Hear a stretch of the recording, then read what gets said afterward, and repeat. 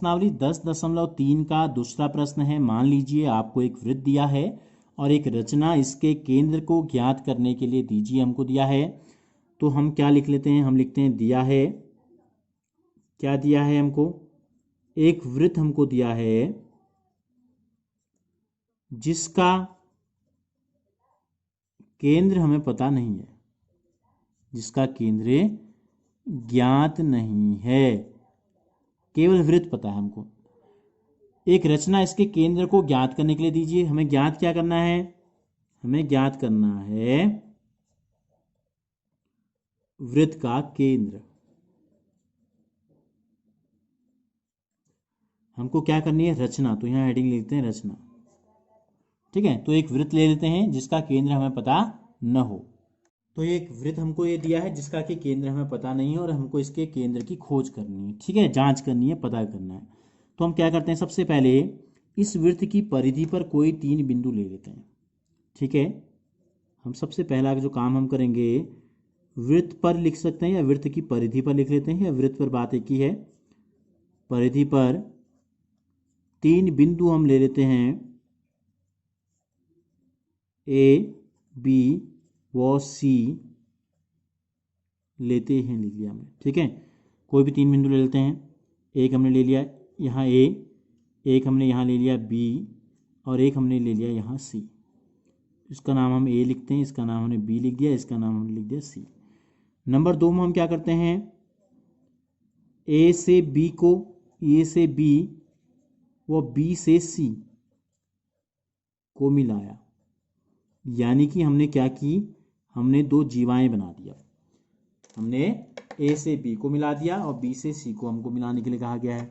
तो हमने ए से मिलाते हैं बी को और बी से मिला देते हैं सी को।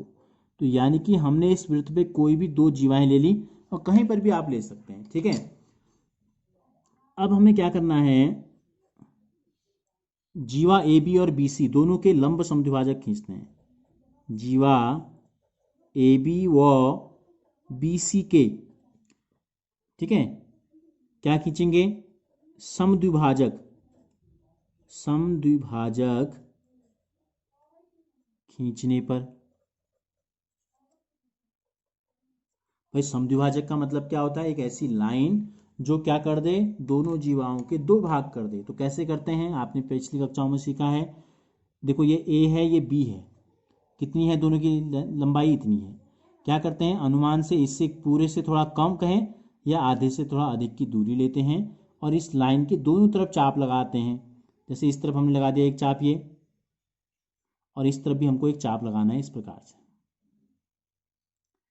और इस दूरी को बिना चेंज किए हमें एक चाप कहाँ से लगाना है, ए से भी हमको एक चाप लगाना है। जैसे हमने बी से लगाया तो एक चाप हम लगाते हैं ए से, और एक चाप हमने लगा दिया, दोनों दिशाओं में हमने 2 चाप लगा दिए। देख लो हमको।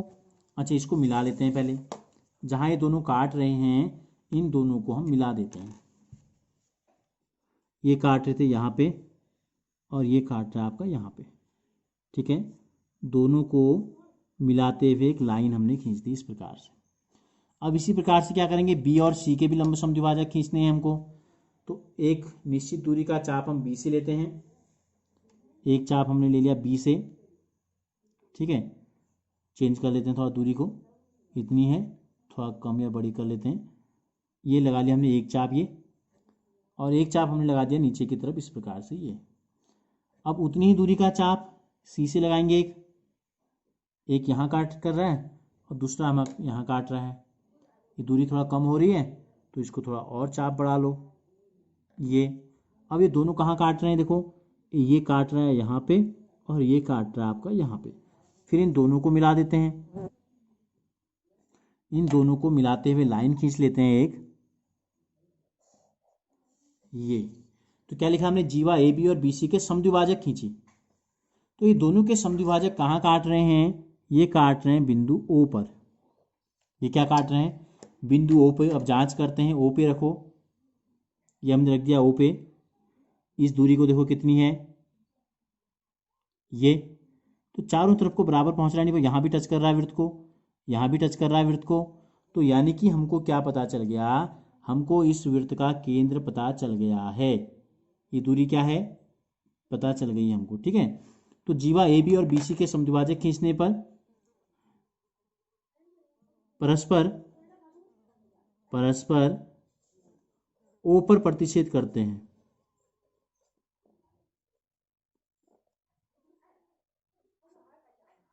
ये दोनों ने कहाँ काटा एक दूसरे को? ओ पर, जो कि वृत्त का केंद्र है, जो कि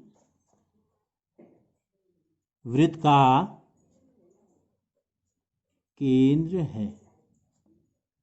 तो यानी कि हमको क्या पता चल गया? हमको वृत्त का केंद्र पता चल गया है। तो हमें जो वृत्त दिया था हमें उसका केंद्र पता नहीं था, अब हमको पता चल गया कि इस वृत्त का जो केंद्र है वो क्या है? बिंदु ओ है। तो इस प्रकार से कोई भी दो जीवाएं खींची, उनके आधे आधे करो, जहाँ पर दोनों के समद्विभाजक काटेंगे वो वृत्त का हो जाएगा केंद्र। तो इस प्रकार से किसी भी वृत्त का केंद्र ज्ञात किया जा सकता है।